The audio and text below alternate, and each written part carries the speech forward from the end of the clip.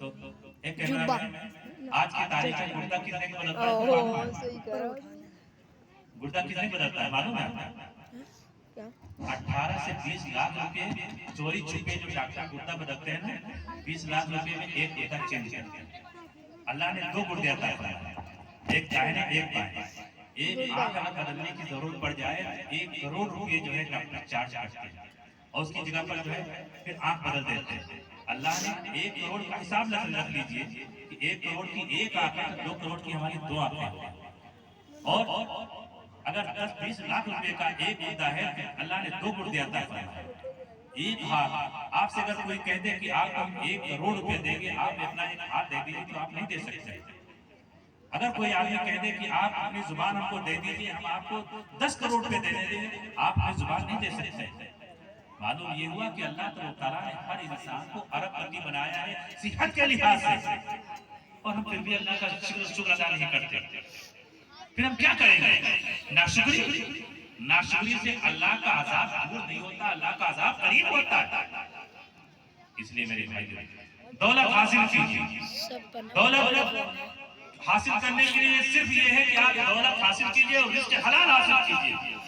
اللہ نے کیا نام ہے جمعہ کے بارے میں جو آیت نازل ہوئی ہے اس میں ہے کہ اذا نودی للصلاۃ من یوم الجمعۃ فسعوا الی ذکر اللہ وذروا البیع۔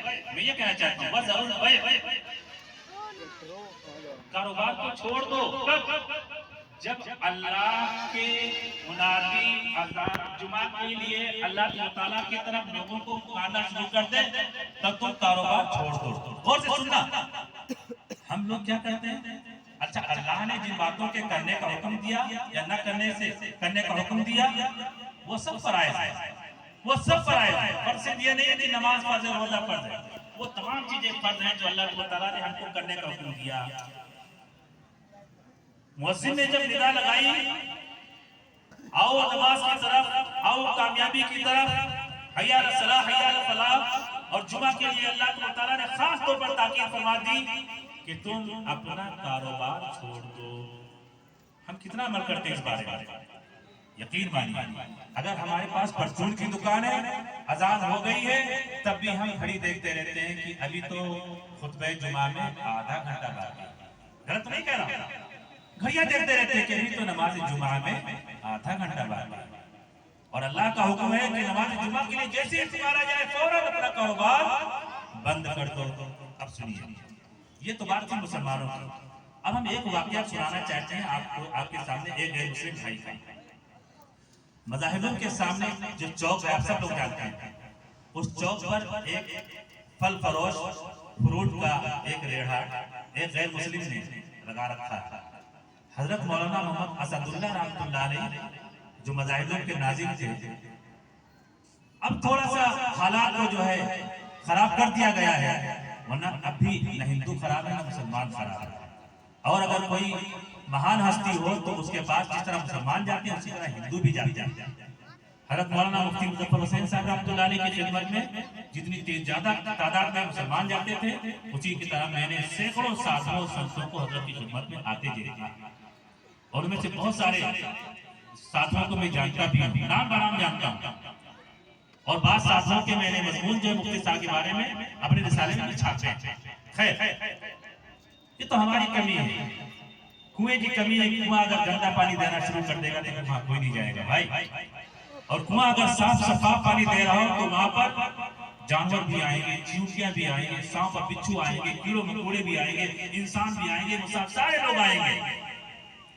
ہماری کمی ہے کہ ہمارے اندر سے بدبو شروع ہو گئی ہے، اس لیے لوگوں نے ہم کو دیکھ کر کے اپنی ناکوں پر غبار رکھنے شروع کر دیے، اور اگر ہم خوشبو دینا شروع کرتے ہیں، پھل دینا شروع کرتے ہیں، سایہ دینا شروع کرتے ہیں، یعنی پیڑ بڑھ جائے، تو کوئی غیر مسلم ایسا نہیں ہے جو آپ کے پاس نہ آئے۔ مجھے لگتا ہے میرے پاس پرچی آنے والی ہوگی، لیکن بہرحال بات مکمل کر کے میں اپنی بات کو ختم کروں۔ حضرت مولانا اسد اللہ رحمۃ اللہ علیہ کا زمانہ ہے، وہ پھل والا ریڑھا لگائے ہوئے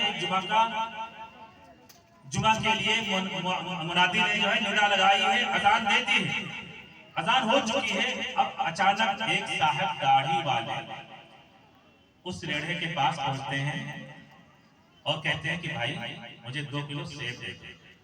غور سے سننا، اگر یہ واقعہ آپ نے نہیں سنا نا، یہاں بات میں کوئی نہیں بتانے والا. شراب دکھا رہا ہوں، آئینہ دکھا رہا ہوں. تو وہ غیر مسلم ہندو بھائی جس نے ریڑے کی فروٹ کی دکان لگائی ہوئی تھی، اس نے کیا کہا؟ وہ سننے والی بات ہے. کہنے لگا دیکھو جی، میں ہوں ہندو اور شریعت کے احکام میرے اوپر لاگو نہیں ہوتے. آپ نے 2 کلو سیب مانگے ہیں، میں 2 کلو دے سکتا ہوں، میرا تو فائدہ ہی فائدہ ہے، 4 پیسے ہم کو ملیں گے منافع کے. لیکن میں نے حضرت مولانا محمد اسد اللہ صاحب سے سنا ہے کہ جب اذان ہو جائے جمعہ کی تو کاروبار کرنا منع، اس لیے میرا بیچنا تو جائز ہے، آپ کا خریدنا جائز ہے. اور یقین نہ ہو تو چلو میں حضرت مولانا یہاں پر اندر بیٹھے ہوئے ہیں، میں آپ کو پوچھوا دیتا ہوں. یہ کون بتا رہا ہے؟ غیر مسلم بتا رہا ہے. کس کو بتا رہا ہے؟ مشرع شخص کو بتا رہا ہے جو داڑھی والا ہے اور صاحب علم ہے، اور اس کو پتہ نہیں ہے کہ ہمارے قرآن میں اللہ تعالیٰ نے ہم کو منع فرمایا ہے کہ اذان جمعہ کے بعد خرید و فروخت ہے. اللہ تعالیٰ نے منع فرما رکھا ہے اور اس کو معلوم ہے. عطر کی دکان میں اگر مسلمان گھسے گا، وہ باہر نکلے گا تو وہ خوشبو دے گا، اور عطر کی دکان سے اگر کوئی غیر مسلم نکلے گا تو وہ بھی خوشبو دے گا، نہیں دے گا؟ خوشبو دے گا. میں ایک نہیں 1 درجن واقعات ایسے سنا سکتا ہوں، 1 درجن واقعات ایسے سنا سکتا ہوں. اور سنیے، ایک بات بہت یاد ہے، جو ریلوے اسٹیشن کا پل ہے نا، سب جانتے ہیں، کچہری پل تو سب جانتے ہوگے، اسٹیشن والا. کچہری پل سے آپ جب کراس کریں گے، کچہری پل ختم ہوتے ہی، پل ختم ہوتے ہی، صرف جو پل ہے وہ ختم ہوتے ہی آپ بائیں طرف جو ہے جھانک کر دیکھنا تو وہاں پر ایک اسکول کا نام لکھا ہوا ہے، S R Asadi school. S R Asadi school یعنی سر اسعد اللہ اسکول. وہ اسکول کسی مسلمان کا نہیں ہے، آج بھی ہندو بھائی کا ہے، جس نے جو حضرت کا مرید تھا اور اس نے حضرت کے نام پر اپنے اسکول کو قائم کیا، اور اسکول میں آج بھی تعلیم ہوتی ہے. اور پورے شہر میں حضرت مولانا محمد اسد اللہ رحمۃ اللہ علیہ کی تصویر کہیں نہیں ملے گی، لیکن اس کے پاس ملے گی. بڑی عقیدت و محبت کے ساتھ وہ بندہ اب بھی حضرت مولانا محمد اسد اللہ رحمۃ اللہ علیہ کی تصویر اپنے سینے سے لگائے بیٹھا ہوا ہے. کیا وہ غلط ہے؟ کہ ہم نے اپنے کردار سے، اپنی بدعمالیوں سے، اپنی بدزبانیوں سے، اپنی بد اخلاقیوں سے، اپنی بد کرداریوں سے، اپنی گناہکاریوں سے اپنے ہندو بھائیوں کو پریشان کر دیا. یقین مانی میں صحیح کہہ رہا ہوں. آج بھی وہ جو براہیم صحیحہ پیدا آپ کر سکتے ہیں کہ وقت بہت زیادہ ہو گیا، کہنا بہت زیادہ چاہتا ہوں، لیکن بس کیا بتاؤں، پرچی آنے سے پہلے مجھے یہاں سے آپ کے درمیان سے رخصت ہونا پڑے گا. وآخر دعوانا الحمدللہ رب العالمین. اللہ تعالیٰ مدرسے کو، تعلیم القرآن کو، مولانا محمد قربان صاحب مظاہری کا برکاتوں، جنہوں نے یہ بزم سجائی ہے، یہ مدرسہ بنایا ہے، اور ہم اس مدرسے کی قسط اول سے پہلی بنیاد اینٹ کے پہلے پتھر سے ہم مولانا کے ساتھ ہیں. ہماری دعائیں ساتھ ہیں، ہم مولانا کی ایک آواز پر لبیک کہنے کے لیے ہمیشہ تیار رہتے ہیں. اللہ تعالیٰ مولانا کو، مولانا کی محبتوں کو اور ان کے اس پروگرام کو قبول فرمائے، مدرسے کو دنیا راجانی ترقی عطا فرمائے. وآخر دعوانا الحمدللہ رب العالمین. ماشاءاللہ، جزاک اللہ. ہمارے استاد محترم حضرت مولانا مفتی محمد ناصر